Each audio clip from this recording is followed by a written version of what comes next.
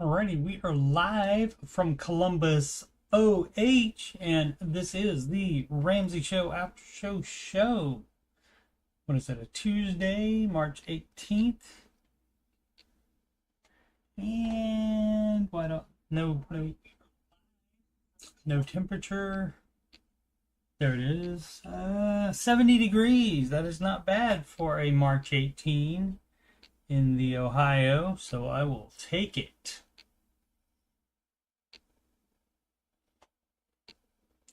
Did it? Oh, you're watching this on. I'm Coach Steve Money, your host. And you're watching this on youtube.com/Coach Steve Money. And for my financial content, you just scroll down past the Oak Island playlist and you'll see the Ramsey Show After Show playlist. Today is number 502 of those. And there's the Answering Your Financial Questions playlist as well. And there are, 137 of those. And the music playlist has now 12 Ramsey adjacent songs in there. And on show number 500, I did all of them, all 12 of them. Fun times. Market report. Boop, boop, doo doo. Down again today. The Fed is meeting starting today, I think, or tomorrow. It's a 2-day meeting. And so who knows what they'll do. I would imagine if they say they're going to cut rates, I would imagine that would make the market go up. But one never knows. One never knows with traders. Let's see. What do we have in the rest of the world? Europe, everything up. How about that for them? I love that for them. And Asia too. I love that for them. And as far as the currencies, euros up above the US dollar. Yen is up against the dollar. British pound, love, is over the dollar bill, the US dollar. But the US dollar is up over the Canadian dollar. Sorry. And the US dollar is up over the Australian Dolomite. NAR. Accenture and FedEx. And there was somebody else here the other day that was also for Thursday. Earning reports. And so some good earning reports also would help the market for sure. And let's see, probably Tesla the most down. Yep, Tesla the most down. Meta the second most down, but all of the top 6 stocks, single stocks, are down. Let's see what the Verizon was a stock that was up. That's one of them. Let's see. NVIDIA falls over 3% as tech rout resumes ahead of Fed decision. Yeah, it'll come back though. People love their tech. It'll be fine. Just seeing if there's anything else exciting here. San Francisco Pride takes financial hit after major companies pull sponsorships amid DEI fallout. Yeah. So, hey, companies, do you want to sell your product or do you want to be activists? Pick. Because if you're being an activist, guess what? You're gonna alienate some people. And so do you want to do that? Michael Jordan famously said Republicans buy sneakers too. And he was correct about that. China and Hong Kong threaten to thwart sale of the Panama Canal port to America's BlackRock. Well, let me ask you this. Do they own it? Do China and Hong Kong own it? Why do they get a say in that? Let's see. $300 payment from Blue Cross Blue Shield to all Americans who meet these requirements through a $2.67 billion agreement. Why would it be to all Americans? All Americans wouldn't have had that. Why would they? Anyway, I'll look at that later if I remember and get back to you on that. A lot of times I drop those balls when I'll say I'll check it out later and get back to it, but I'll leave this up and try to remember. And I'll leave it right there at that spot. Let's see. Frontier Airlines offers free check bags promotion and swipe at Southwest. And that's great. Do your promotions. Do it. Airport theory will make you miss your... I don't know what airport theory. Are leftovers at restaurants over? I don't know what that means. Does that mean you can't take out what you don't eat? Don't know what that means. Don't feel like clicking on it. Record number of Americans working more than one job. That is not surprising at all. Are any of these up? Intel? No, not Intel. Lucid up 8.8%. Intel up a little bit too. Yeah, 0.9%. All right, fun times. And that was the market report. Let's get into some questions.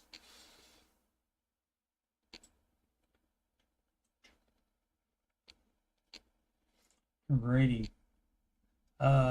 This is Novel B541. Market dips and crashes. What's that? What's that? Lightning Crashes by Live. That's from the 90s, kids. I wanted to share a little story with those of you. The ellipses right there. That means there's going to be more. So let's go ahead and open it. And in this case, just a line or two more. I wanted to share a little story. Here's the story. With those of you who are worried about the stock market today. I remember in 2007 when my wife and I combined had $30,000 in our Roth IRAs. Then 2008 happened. I remember that. I was younger then. And our money was cut in half down to $15,000. And the point here, I think, is going to be that it actually wasn't, because you don't lose money in the market unless you sell and cash out. If you leave it in there, you have lost nothing.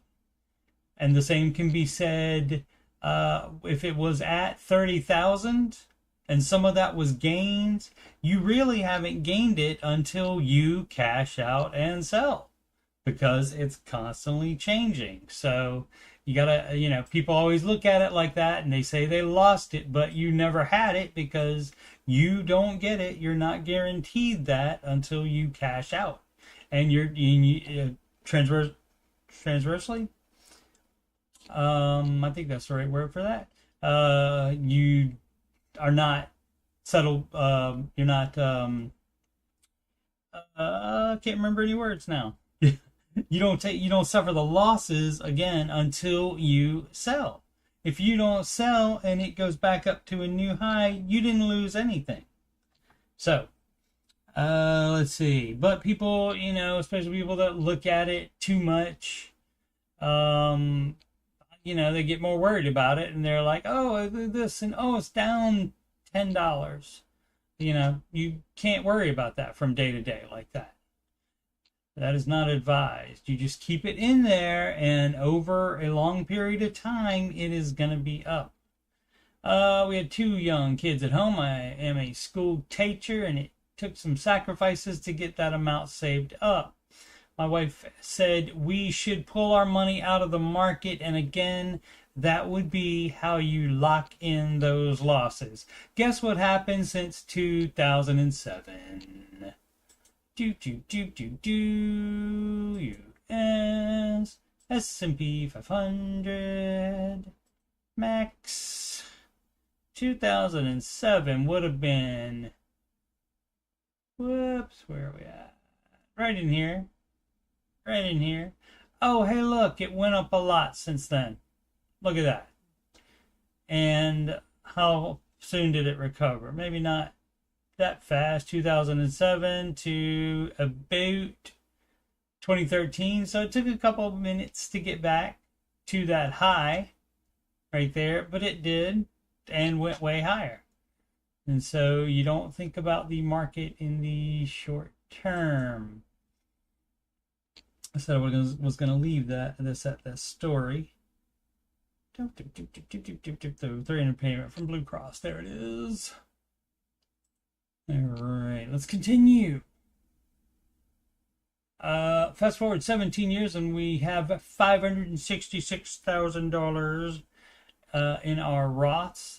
Yes, that included us continuing to contribute. Yep, we would skip a month every now and then, but rarely. But it is also significant growth indeed. So keep on keeping on. The market will reward you. That much is certain. The market could sink 50% tomorrow, and it would not worry me. It always comes back and then some. Right? It always goes on to a new high. And so if it doesn't always go on to a new high, if it ever stops, then that's going to fundamentally change America. So, oh, and it's a locked post. People must have started name calling in there or something. Let's see. Oh, postscript,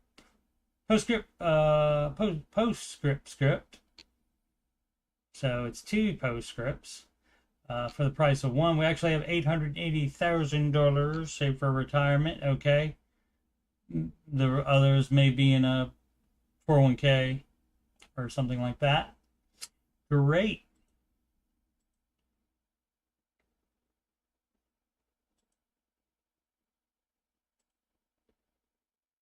Little doghouse, sell my car, keep it. And of course, when they bother to ask, it's normally a yes. And again, this one has ellipses. What would Dave do? Flare. So yeah, so he would do the baby steps. And if you bought the dumb 2024 Subaru Crosstrek before you found out Dave's advice, which would be to not buy that, how you fix that is you sell it even though you are upside down for about $8,500, and so then that is called stupid tax. You still sell it, and that's stupid tax. If I sell it to Carvana, I'll get $23,600 for it, and I don't have the money to cover the difference. Also, you don't sell to dealers, you sell to individuals. Private sell. Either selling or buying is better for you. You know why? Because when you involve the dealer, they're going to want to take a little bite. They're going to want to wet their beak on the transaction. So, yeah. So better for you selling and buying. Private sale. How about that? What would you do in my situation? Yeah, it's ridiculous. Not only is it financed, it's a new vehicle, and that's a no for Mr. Ramsey. So you just did it all wrong, my friend. Yeah, 99K in debt, including credit card. Yeah, so definitely buy a brand new car. Why would you do that? That's incredibly normal, though. So probably just being normal. The resolution. Thank everyone that took their time to give me vehicle advice. I spoke with my dad, and he willingly offered an interest-free loan to cover it. That's not the Ramsey advice either. That would not be the advice. You do not mix money and family or friends or anybody else. Neither a lender nor borrower be. So you don't do any of that. Gifts are fine. If they wanted to give you the money, your dad wanted to, or you want to give somebody something, that's fine, but no loans either way. And especially with family and friends, because that's one good way to end that relationship. So that's it. I know I will sleep better knowing my debt is lower. I will get rid of the car. That part is great. The loan is not. That would not be the Ramsey advice. You're doing it wrong. How much cash savings I think I read this one. How much cash savings do you have right now? You should only have your start emergency fund if you're on baby step 2. Or if you're still working on baby step 1, you're trying to save that starter emergency fund of $1,000. And that would be all the cash savings you have. Everything else goes to whatever baby step you're on. And once you get to 3, then you have the full emergency fund, but then you don't have extra cash savings beyond that, other than if you need a sinking fund for a particular expense that you know is upcoming and you can't cash flow it. Untio Porahai. All right. How to start? Well, you just start. You do step 1 first. Actually, there's step 0, and I keep promising to make a video about that, the missing baby steps 0 and 3B. I'm 31 man and soon 32 man. Okay, great. That's great. That's normally the progression from one number to the next highest number the next year. I currently have around 3K savings and no debt at all. That's better than more savings and debt for sure. I've been watching. How about I have been watching this dude, and is inspiring me to start investing. My problem is I don't know where to start. Well, you would do, so you don't have any debt, so that's step 2. You got $1,000, so that was step 1.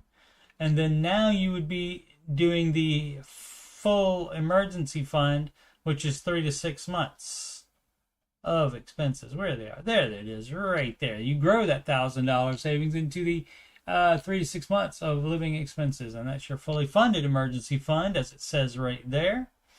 And you would do that first before investing. Steps 1, 2, and 3, you do one at a time without doing higher steps. So you're not investing while you're doing steps 1, 2, and 3. You're trying to get steps 1, 2, and 3 done as fast as possible. So you would not be investing during that time.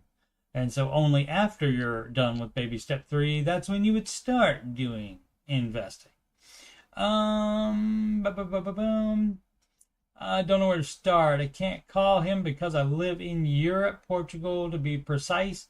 You can. You just have to put a number in front of the number 1 in front of the telephone number. You can call him. Yes, you can. I've been investigating, and I'll give you a break. I'm sure your English is better than my Portuguese for sure. Let's see. I've been investigating. I've been thinking to invest SP 500 or something similar for long-term investing. Is there any suggestion someone can help me here? Yeah, again, that's to do the baby steps in the right order correctly and not invest too fast. You do want to have the 3 to 6 months. If you're single and you don't have a mortgage, 3 months is fine. If you have a mortgage, you have family, multiple family members, then that would be where you would probably go more towards the 6-month end of the equation there on the full emergency fund. So you would get that done first, but then if you don't know anything about the market and you want to go ahead and start, S&P 500 is fine, but Dave recommends managed funds. You know why? Because they can beat this index fund. S&P 500 is an index, and so that does average 10 to 12% per year on return on that. But with a managed fund, you can make more, and so you just have to find the good ones that consistently make more. And it is worth the effort so that you don't leave money on the table. So, but you can teach yourself all about the market on the internet. I did. And I learned how to combining Dave's advice with just the general how the market works knowledge that I got from the internet, and how to compare mutual funds. Learning how to do that. I didn't have any problem finding managed funds that beat the index. So no problem, even after you subtract their higher expense ratio. Icy Parks 5298, sinking funds versus monthly rolling over. How do you handle rollover versus funding sinking funds? Okay, there should not be monthly rollover in your budget That doesn't necessarily mean that you will have zero money in your checking account at any time. The idea is to account for every dollar. That means that every dollar that month is going to be spent somehow, even if it is to be put in sinking funds. And so I'm confused here about what the rollover thing would be. And so everything should be gone out of your account that you don't need to get to the next paycheck. You should not have that sitting around. Now, some people might like to have a month buffer on that and like be a month ahead, basically, by having money like that extra in the account. And you don't want to be late on stuff, so if you got to do that, then not be late on stuff, I guess so. But I don't really know what's going on here. Let's see. Let's read it, Steve, and maybe they'll tell you what's going on. In order to have past paychecks pay for next month's expenses. Okay, yeah, and like I said, some people will do that. Exactly. This wasn't exactly what I was thinking about. I was just thinking about to get you to the next paycheck, not pay everything 1 month ahead. And so, I mean, again, it doesn't hurt anything, except that will, for example, leave you putting less to debt by 1 month. See, I was thinking about overfunding categories such as restaurants or groceries. Okay, so if you're in step 2, there's no restaurant category, my friend. So that would be a NAR, and groceries and not needing to fund as much the next month. The problem with that, you're not sticking to a minimum. You're not putting it at a minimum that way. And so that's much harder to track, I would think, by overfunding it. Unless you know exactly what you overfunded it and you stick to the original amount. But then in that case, why overfund it then? So you got a lot of stuff going around in the brain there, and you think you're overthinking it. And I'm a classic overthinker, but I would not be overthinking it this much. Do you all do something similar or just throw all extra money into rollover and that way it is available for any category for next month? No, it doesn't work like that. That's not how it works. That's not how it works. See, the idea of a budget is that you are saying, I'm not going to spend any extra than this. So, I mean, where's your money going? If it's because you forgot somebody's birthday present, that's too bad. That you don't get buffer for that on the Ramsey, on the baby steps. You don't get buffer for that. Sorry. You want to keep your budget tight.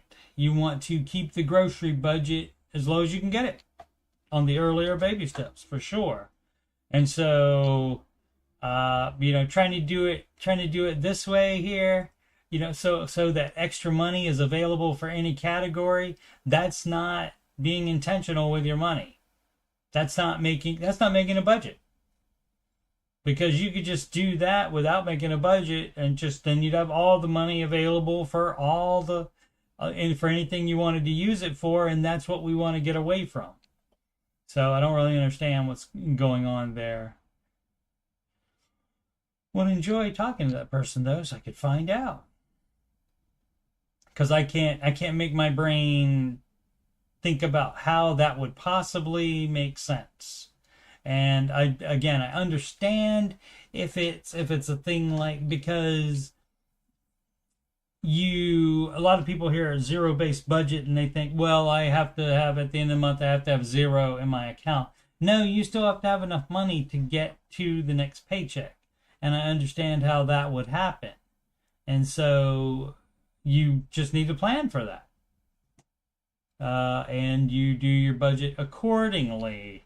And if your budget app or the way you're writing it down doesn't work, you can do a spreadsheet and plan that stuff out in advance with the date that it's due, like things that are due, and days that you go to the grocery store that you'll need X amount of money to buy the groceries for the week, that kind of thing. And you can plan all that out. And that would be better than just haphazardly rolling it over and then it's available for any category. The idea is that you keep the categories at the amount you want to keep them at instead of just, well, we'll just go over on everything. It'll be fine. So that's the wrong idea. Mammoth Professor 557, house paid off at 34 and overwhelmed with gratefulness. Well, I would hope so. Are those dots? No, those aren't dots. Baby step 6 flare, and if you paid off the house again. Did I do this one? Because I think I said something about you're not on step 6 anymore. Change that. Let's see. I can't believe I'm even typing this. The rest of this doesn't sound familiar then. Grew up dirt poor. Parents had the power shut off, cars repossessed, and home foreclosed on. Well, yep. You can rebel against your parent. And it's encouraged if your parents have that kind of stuff happening to them. You can rebel against the way they handled money. Sure. Moved out at 18 with $25 in my pocket. Determined to never live like my parents. Well, you did it. That's great. Stumbled upon Ramsey when I was 19. That's fabulous. Worked the baby steps since then. So great. And that's the best way to do it. If you can skip step 2, that's big. That's huge, is what that is, in getting those baby steps done. That's great. Step 2 is probably the best one to be able to skip. Where? I worked 60-hour weeks for a decade, but today I paid off my $400K home. Great. Officially debt-free. All right, so that's fabulous. My son is autistic and may never be able to hold a job, so can't describe how grateful I am to be in the financial position to care for him as he grows. I hope my story inspires someone to keep going. Kind of doing a Captain Kirk reading of that. To keep going. Even when it gets hard. It's so worth it. And yeah, baby step 6 flare, you need to change that, sir, to baby step 7 or debt free there. Good job. That is an ad. Lakings Drew. All right. Don't know what that means. 401k question, or as the good doctor says, Dr. John Deloney, he just calls it a 401.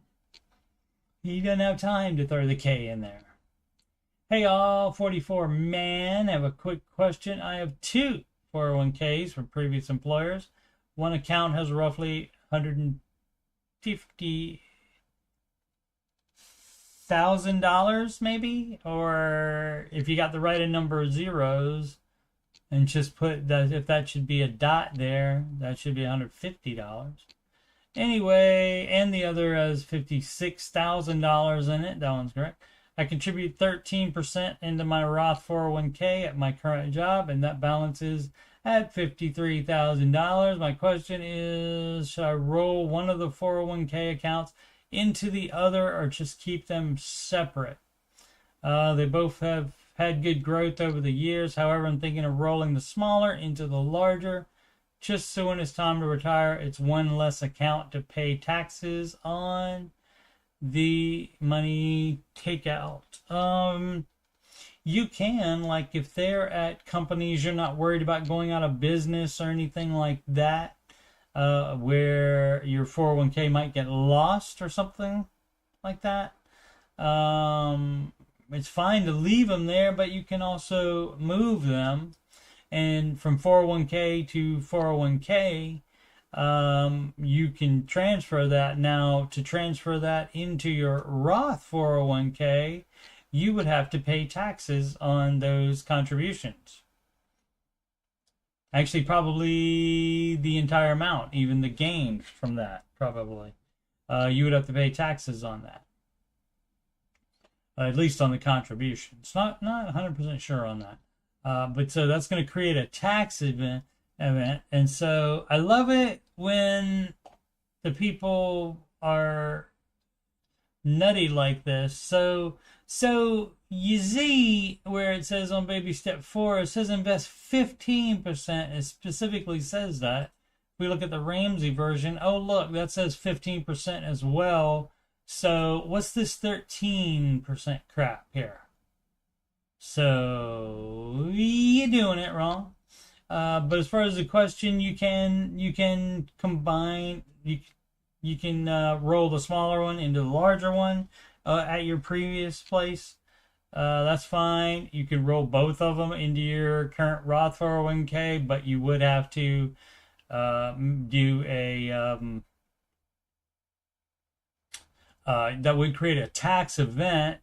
Also, though, if you have a Roth 401k and there's a match, like for example, if this is 13% because there's a 2% match, hey, guess what? You have to do 15% of your money. Match does not count towards the 15%. So you're doing it wrong. But in order to do that, if they do give you a match, they would have to have, you would also have to have a 401k, standard 401k, because by law, a company cannot put a match into a Roth account. So you have to have a traditional 401k account, and you could roll both of those into the traditional 401k account there. And then you would have it all together at your one current employer. Hungary event 5956. Millennial mom looking to reduce hours / find more flexibility. I've been a teacher the past 18 years, just turned 40 and want to make a change. I need a change of scenery. I'm a public school teacher looking for something that gives me a little more freedom in my work day and somewhere where you won't hear skibbity toilet riz all the time, all day, maybe. Preferably reducing my hours or working from home. Current salary is $85K. I bring home a $4,300 a month. Yeah, I don't know what you're going to do that's going to match that, especially if you want to reduce hours. So can you afford to do that? A 403B and a pension I contribute to, and again, the 403B is fine. The pension amount that you contribute should only count as half towards the 15%. So if you're contributing 2%, that only counts as 1% towards the 15%, because pensions suck in comparison with the market. I have to work until I'm 67 to retire with a pension. Oh, all right. Early retirement, I get penalized on if I leave the field. Yep. Planning to roll my pension into a 403B. Okay. My husband's salary plus bonus and stock was $202,000 last year, 165 base. Now with a new promotion this month, he is at 267K, including stocks and bonus. Oh, what would Dave do? Flare, did not see the ellipses there.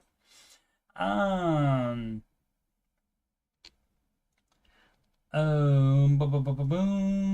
We have expenses of family of 4. Of course you do.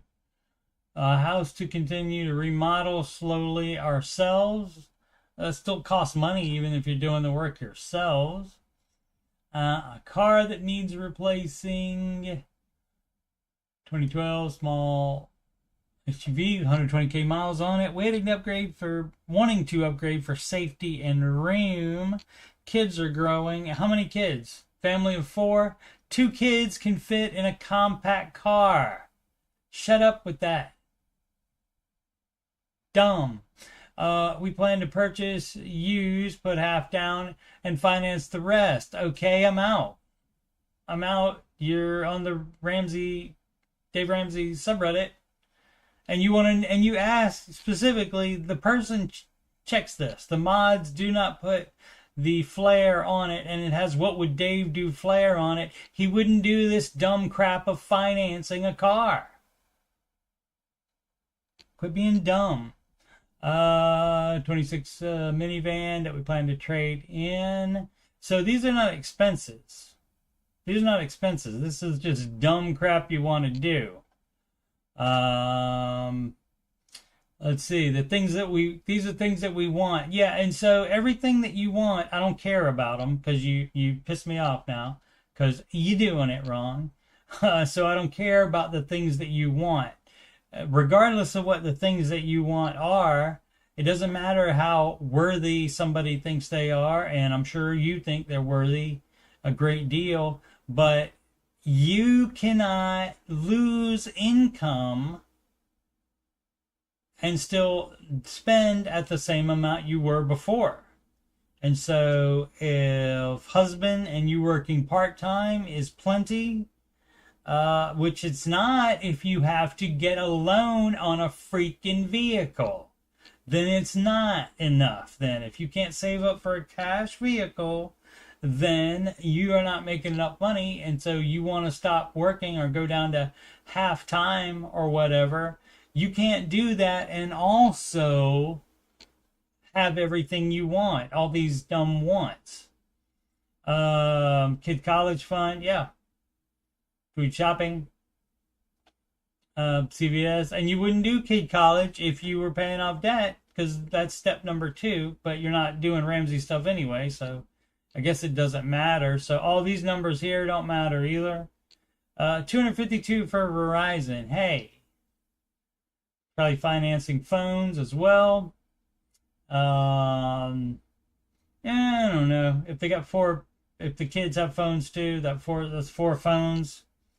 Maybe that might be without finance phones. Amazon with groceries, etc. for $800, and then take out food $900 a month. All right, so you've lost me. So on the Ramsey show, a lot of people that watch it, you lose people if you make more than them. For example, like people that call in, I make way more than your listeners, but I have this problem. They still have a problem, but the people don't have time for it because they're applying their little amount of debt to a Richie's amount of debt, which because they make more money, the Richie can get into way more debt. $300 at Lowe's a month for home repairs.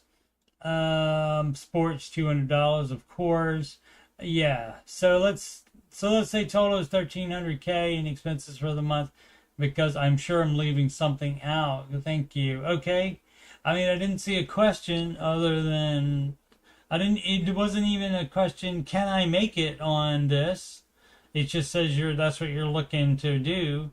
I don't know. You can't do everything all at the same time. You're trying to remodel the house, trying to do blah, blah, blah, blah, blah, blah, blah, blah, blah. You're limited to the income. And so if you can still do all that on husband's income plus yours at reduced hours, then knock yourself out. And again, much luck to you. You don't have to follow the baby steps, and that's a good thing because you're not doing it. So why do you care what Dave would do? Dave would tell you to follow the baby steps and not do the dumb crap you're doing by even thinking about financing a car. Loan should be off the table. Same person? Yeah, same person from the 401k. IRA companies, just a question for y'all. Which company y'all use for your IRA accounts? I'm currently using T Rowe Pro. They're all about the same, I would imagine. In the process of rolling over to them and starting my investments, okay. Why, if you're already using them, why does it matter? I mean, you're already doing that and rolling that over to there. Why does it matter? Too late now. But I think they're probably all about the same. I picked Fidelity based on a Google image search of their interface, of their dashboard and their other menu screens. And so they're not that much different. Destron 28. What would Dave do UK edition? Well, like I was explaining to somebody in the Ramsey Show chat today, that what he would do for the UK edition is say pay off your student loan that most of the people over there do the thing that the government allows them to do, which is pay on it for 20 or 30 years or something like that. Just a little amount every month. And then at the end of 20 or 30 years, whichever one it is, I can't remember, then they forgive it. And so they just let the clock run out on those loans. And Dave would say, you sign for it, you take it out. Let's see. So that would be one thing. Other than that, though, all the principles still work everywhere. You would just have different, I believe it's an ISA over there is what they call the IRA, I believe. And you would just have different names for retirement accounts. Because, for example, the Roth account, Roth is the name of a senator that introduced the bill to get that to happen. And thank you so much. Senator or congressman, I can't remember which one he was, but his last name was Roth. And so that's how it did that. And, of course, 401k, 401 is the paragraph in the law, and K is the subsection of that. And that's how that got its name. And so that's American only on those. And so a UK one would be different. Let's see. Long time following of Dave and love his work. I often try to follow his guidance, but no, it doesn't directly translate to the UK. It does. It does, except again for the names of the retirement accounts. And again, people not wanting to pay off their debt because the government will forgive it if they just hang on to it and make little payments for 20 or 30 years. A little about my situation. 33 years old, married, 2 kids. I earn 60K bloody quid per year, and the wife is more like 10 quid part-time. 10K quid, excuse me. Part-time. My mortgage rate expires at the end of 2026 with a balance of 54,000 bloody quid. That's British pounds. I have a plan. One student loan with 12K remaining. All right. Currently have 57K in cash savings, earning 4.5%.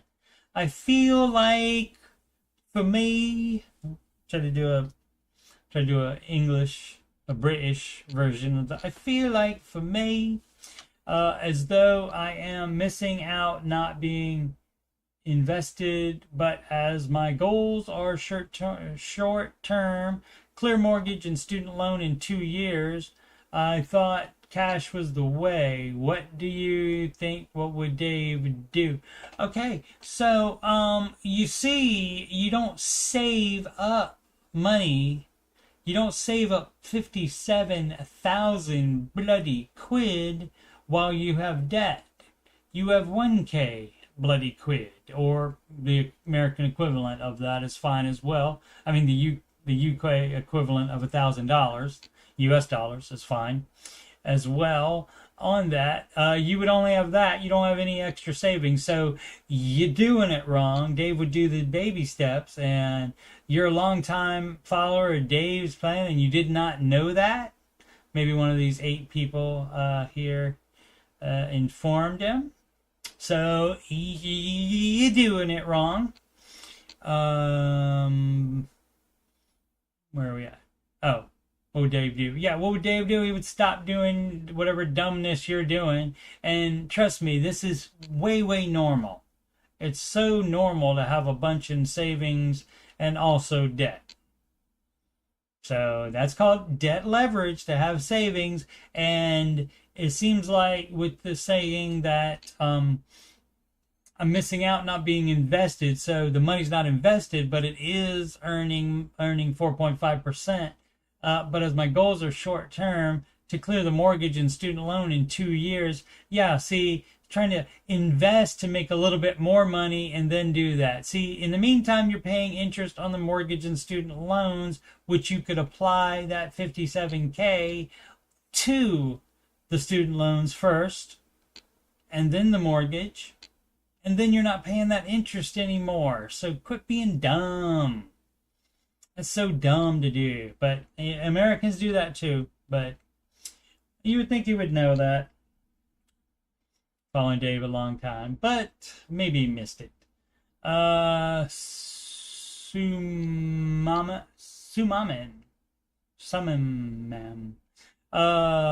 45, work or personal health savings account. I got a new job recently, and my new insurance plan is HSA eligible.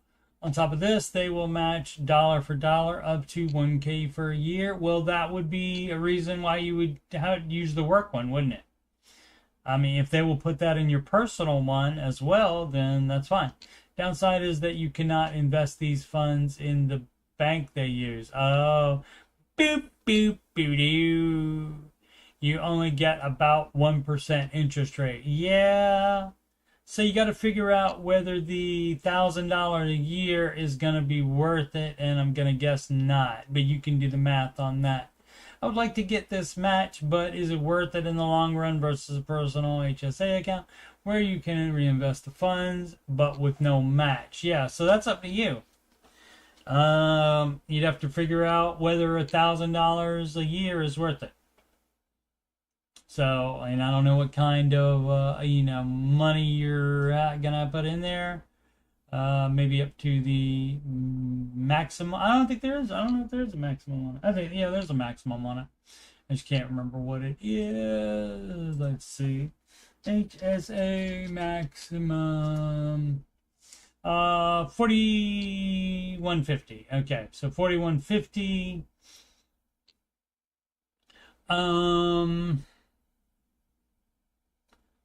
On 4150, you're not gonna make so if you make 10% a year on 4150, so at least starting out, you're not gonna make $1,000 on that. So it would seem like that would be the better thing to do, to take their match on that rather than being able to end and just deal with the 1%. And then later, maybe you can transfer. I don't know if you can transfer those or not. Transfer one HSA to your personal one afterwards. I don't know if you would be able to do that or not. So you'd have to look into that. But yeah, starting out, it wouldn't be worth it. Eventually, the amount that's in the HSA may make more than that $1,000 a year. But it just has to get up.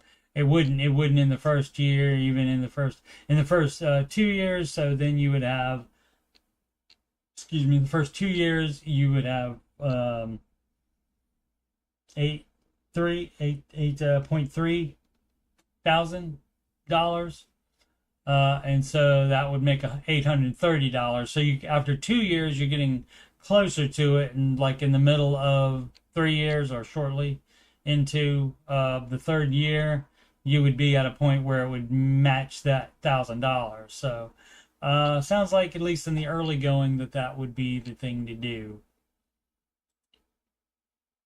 Do it through the work so you get the $1,000 match.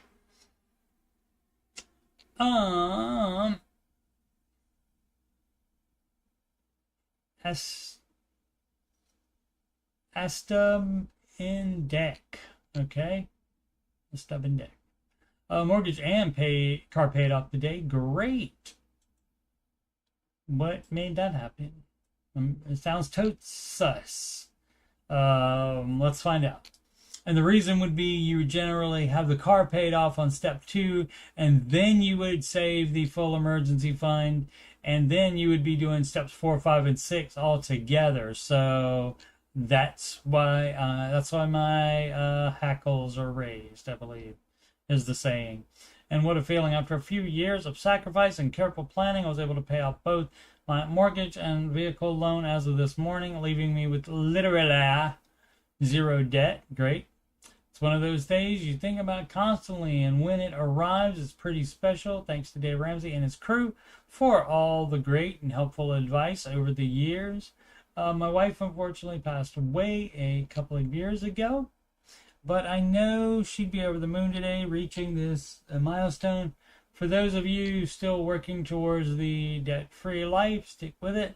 It is absolutely worth it. And, you know, at this point, you cannot go back and change anything. So that's great that it's paid off and completely debt-free, I believe. Yeah, zero debt. So completely debt-free, but you would not have a car debt while having a full emergency fund or doing any of the other things. And so he was doing it wrong. And so doing it wrong always makes it take longer to do. So that's going to be a nar on that. But good job on getting it done eventually. It was just slower than it should have been. Deleted. I guess somebody got too much heat on their question there. Only 31 comments though, but deleted the username. The snowball house or not? Yeah, you would do that. You snowball steps 4, 5, and 6 all at the same time after you're done with the first 3. So we're close to paying off our car loan. Yep. The mortgage will be the only thing after that. I'm just not sure if it's worth paying down snowball or not for a couple of reasons. First, our interest rate doesn't matter.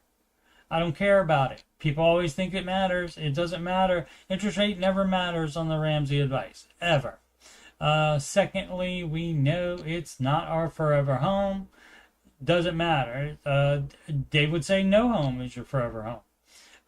We have around $120,000 in equity in it. So we know we will sell in the next 4 or 5 years and more than likely move to another area. No, Dave Ramsey says no debt.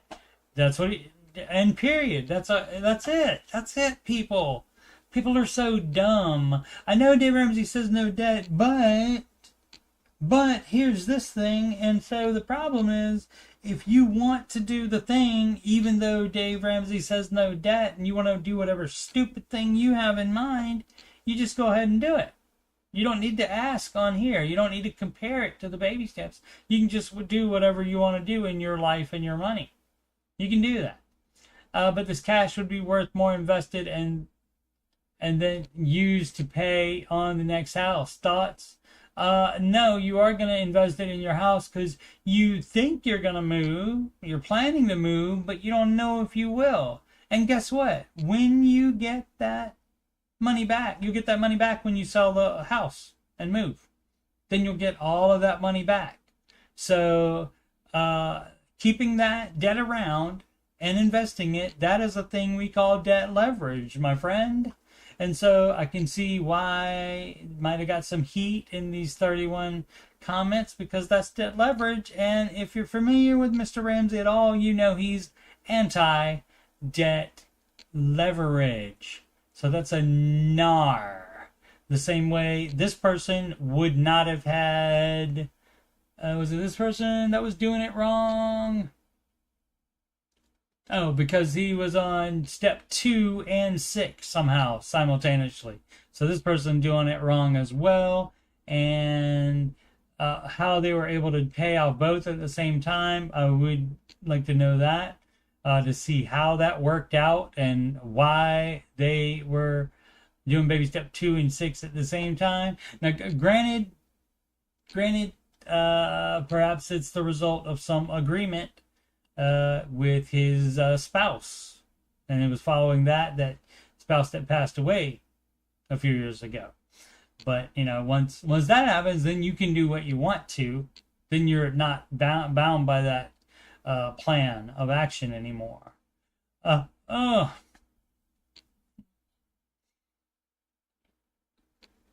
don't know what that was. Like a halfway between a yawn and a cough. I don't know what that was. Initially, wasn't a stroke though, promise. Initial responsible. 62. Roth versus traditional. Why did Dave recommend using Roth account versus traditional? I understand that Roth accounts are funded with after-tax money and that growth and principal can be withdrawn tax-free in retirement. Yeah, period. And that's it. That's why. That's why. And your contributions, if you have any appreciable time in the market at all, your contributions are going to be way lower than your growth is. So why not pay taxes on the low amount?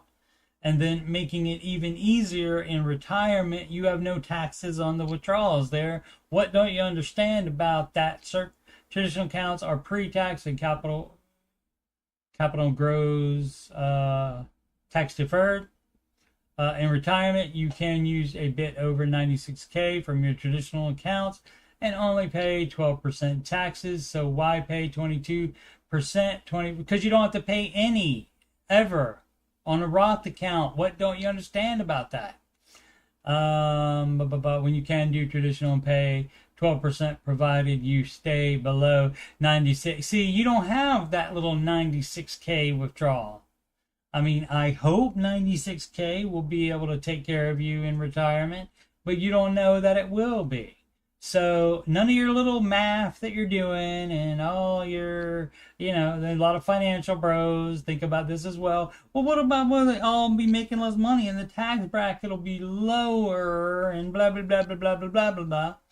That doesn't change the fact that it's going to be way more money in the Roth.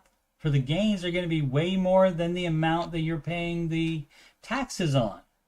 And there will be no taxes on a Roth account that you're withdrawing in retirement on zero amount of it.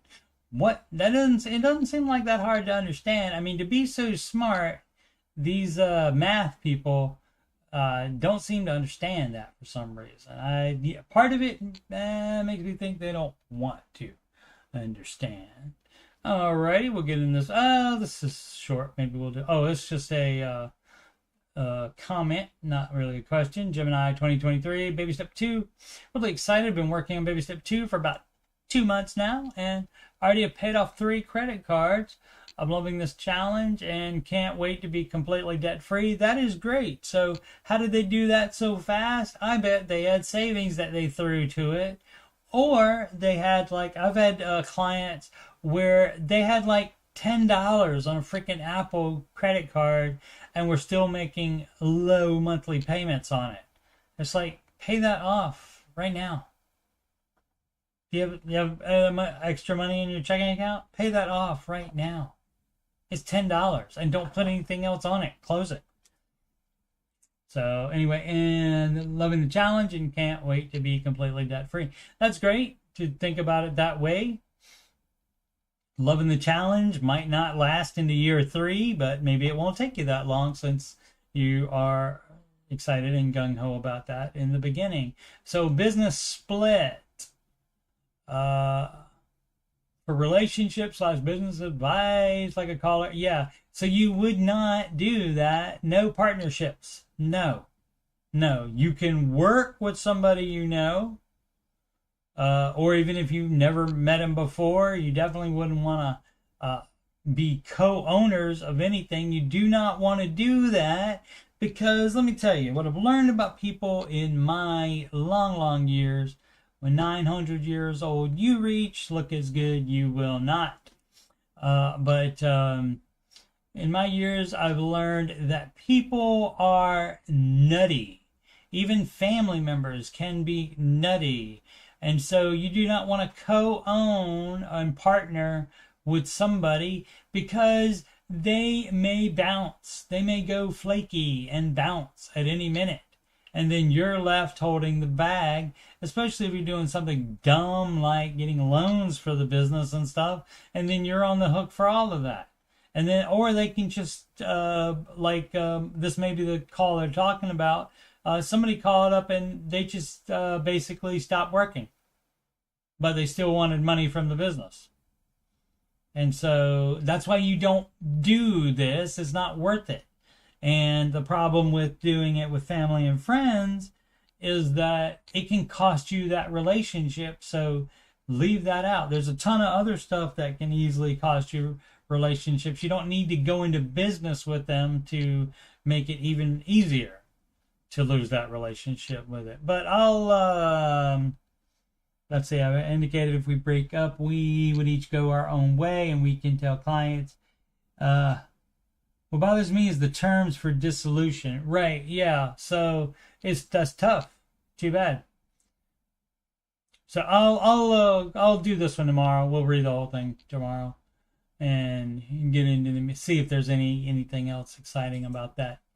YouTube.com/CoachSteveMoney. I am Coach Steve Money, Ramsey Solutions certified financial coach. And hey, you know what you can do? You can schedule a free financial coaching consultation / assessment with me at calendly.com/CoachSteveMoney. The link is in the ticker below and also the video description. You can email me at coachstevemoney@gmail.com. Donations go to paypal.me/CoachSteveMoney. Alternatively, donations to CashApp $CoachSteveMoney. Walmart gift card. You can go to that same email address, coachstevemoney@gmail.com. Upcoming streams, this show, the Ramsey show, Aftershow, until further notice, that is 5:25 p.m. Eastern time. That is the moment that the Ramsey show is done on YouTube. And the last hour of the radio show, it's like 42 minutes of video, is exclusively on the Ramsey Network app. But as soon as they leave the YouTube, that's when I start on the YouTube. Again, 5:25 p.m. Eastern time. Please subscribe, like, that's the thumbs up button, and comment. If you've done that before, thank you so very much. Much appreciated. And as always, make smart financial decisions every day.